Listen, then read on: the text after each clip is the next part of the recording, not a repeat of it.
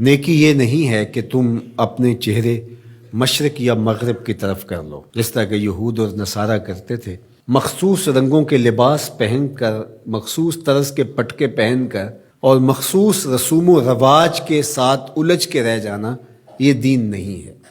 لیس البر، یہ نیکی نہیں ہے، ان تولو، کہ تم پھیر لو، وجوہکم، اپنے چہروں کو، قبل المشرق والمغرب، مشرق اور مغرب کی طرف، ولکن البر من آمن باللہ، نیکی کیا ہے کہ کوئی اللہ پر ایمان لائے، اس کا دل اپنے رب کو مانے۔ تو نیکی کی حقیقت یہ ہے کہ آپ اپنے رب کے ہو جائیں۔ جب رب کے ہو جائیں گے تو پھر اس کے دیے ہوئے نظام کو آپ من و عن تسلیم کریں گے۔ اٹھنے بیٹھنے سے لے کر انداز معاشرت تک، امور سیاست سے لے کر طرز حیات تک، کاروبار سے لے کر نجی زندگی تک، آپ کی زندگی کا ایک گوشہ اپنے رب کے دیے ہوئے نظام کی مطابقت میں ہوگا۔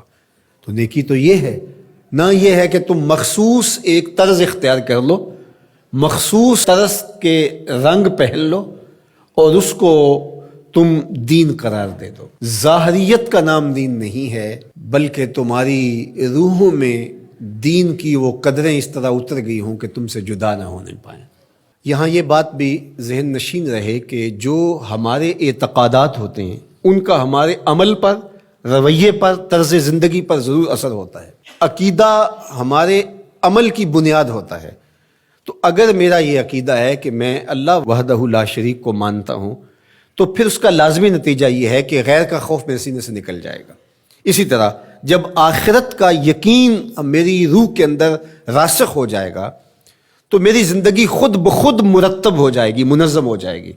کیونکہ آخرت کا تصور کیا ہے کہ میں اللہ کے حضور جواب دہ ہوں اور ایک ایک عمل اس کے حضور پیش ہونا ہے اور وہاں اعمال کی جواب دہی ہے۔ ثم لتسألن یومئذ عن النعیم۔ تو پھر کس طرح میں بند کمرے کے اندر بھی جرم کر سکتا ہوں جب یہ عقیدہ میرے ساتھ جڑ گیا ہے؟ جب ہم اپنے عمل میں کمزور ہوتے ہیں تو ہمارے عقیدے کے اندر کچھ جھول ہوتی ہے، کمزوری ہوتی ہے، اس کمزوری کی وجہ سے عمل کمزور ہوتا ہے۔ تو عمل کی پختگی اور رسوخ عقیدے کی پختگی کا نتیجہ ہوتا ہے۔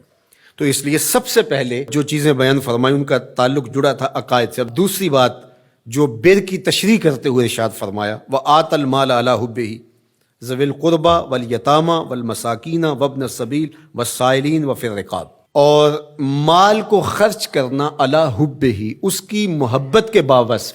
مال کی اگر محبت یا ضرورت نہیں ہے تو پھر اس کو خرچ کر دینا، صرف کر دینا، یہ کمال نہیں ہوتا۔ کمال اس وقت ہے جب اس کی شدید احتیاج آپ کو بھی موجود ہو۔ اس لیے صحت مند آدمی جو جوان بھی ہو اور اس کو ضرورت بھی ہو، اس کا صدقہ کرنا، اس کے صدقے کرنے سے بہتر ہے جو مخمصے کے عالم کے اندر جب موت و حیات کی کشمکش ہو تو وہ صدقہ کر دے، اپنا مال خیرات کر دے۔ عمومی طور پہ ایک مخفی دولت کی محبت جو ہمارے سینوں میں ایک حد تک موجود ہوتی ہے، وہ یہ ہے کہ جب اللہ ہمیں مال دیتا ہے تو بعض اوقات کچھ لوگ کہتے ہیں کہ ابھی میں اس مال کو بڑھاتا چلا جاؤں گا اور اپنی ساری ضروریات بھی پورا کرتا چلا جاؤں گا اور بہت حجم ہو جائے گا تو پھر اس سے کوئی بڑا کام کروں گا۔ وہ ایک ہدف لیتا ہے بڑے کام کا اور مال کو ضرورت کے باوجود خرچ نہیں کرتا۔ تو یہ ایک مخفی محبت ہے مال کی جو سینوں کے اندر چھپی ہوئی ہے۔ تو ہمارے دین نے ہمیں جو ترغیب دی ہے کہ جوں ضرورت پیش آئے، تو جہاں جہاں ضرورت پیش آئے تمہیں اپنے مال سے خرچ کرنا ہوگا۔ حضور نبی رحمت صلی اللہ علیہ وآلہ وسلم نے ارشاد فرمایا کہ جو زکوٰۃ ہے، جو صدقہ واجبہ کے طور پہ ہم ادا کرتے ہیں، اس کے علاوہ بھی تمہارے اوپر مال خرچ کرنا ضروری اور لازم ہے۔ اور اس کے مصارف یہاں بیان فرما دیے، اور وہ مصارف کیا ہے آپ ذرا غور کیجئے۔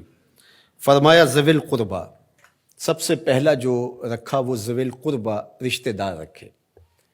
باقی لوگوں پر خرچ کرنے سے پورا ثواب ملتا ہے اور رشتہ داروں پر خرچ کرنے سے دوہرا ثواب ملتا ہے۔ والیتامہ، اور یتیموں کو، والمساکین، اور مسکین۔ مسکین اس کو کہتے ہیں جس کے پاس 2 وقت کا کھانا موجود نہ ہو۔ وابن السبیل، اور جو مسافر ہے، والسائلین، اور جو مانگنے والے ہیں۔ تو اگر اس کے پاس 2 وقت کا کھانا نہیں ہے تو وہ اگر مانگے بقدر کفاف اور 2 وقت کا کھانا مل جائے تو پھر مانگنا ترک کر دے تو اس کے لیے جائز ہے اور شریعت اس کو روکتی نہیں، اور ایسے شخص کو دینا ثواب بھی ہے۔ لیکن جو شخص جمع کیے ہوئے ہو، اس کے پاس موجود ہو، دولت بڑھانے کے لیے یا عادتاً مانگتا ہو، تو ایسے شخص کو نہ دینا چاہیے اور نہ اس کی حوصلہ افزائی کرنی چاہیے۔ وفی الرقاب، اور جو غلام ہیں ان کو غلامی کے بوجھ سے آزاد کرنے کے لیے مال خرچ کرنا. دور موجود کے اندر اگر کوئی قرض میں جکڑا ہوا ہے تو وہ بھی پھنسی ہوئی گردن ہے اس کو. اور میں سمجھتا ہوں کہ اس کے زمرے میں وہ شخص جس کی بیٹیاں جوان ہیں اور اس کے پاس کوئی رقم نہیں ہے کہ ان کی شادی کر سکے اور اس کی مدد کی جائے، تو یہ بھی اس سے ملتا جلتا حکم اس کے ساتھ یہ جڑ جائے گا کہ اس پھنسے ہوئے مجبور کی گردن کو چھڑایا جائے. وَأَقَامَ الصَّلَاةَ وَآتَ الزَّکَاةَ، اور نماز قائم کرنا اور زکوٰۃ ادا کرنا. وَالْمُوفُونَ بِعَہْدِهِمْ اِذَا عَاهَدُوا، اور عہد کو پورا کرنا جب وہ عہد کر بیٹھے. وَالصَّابِرِينَ،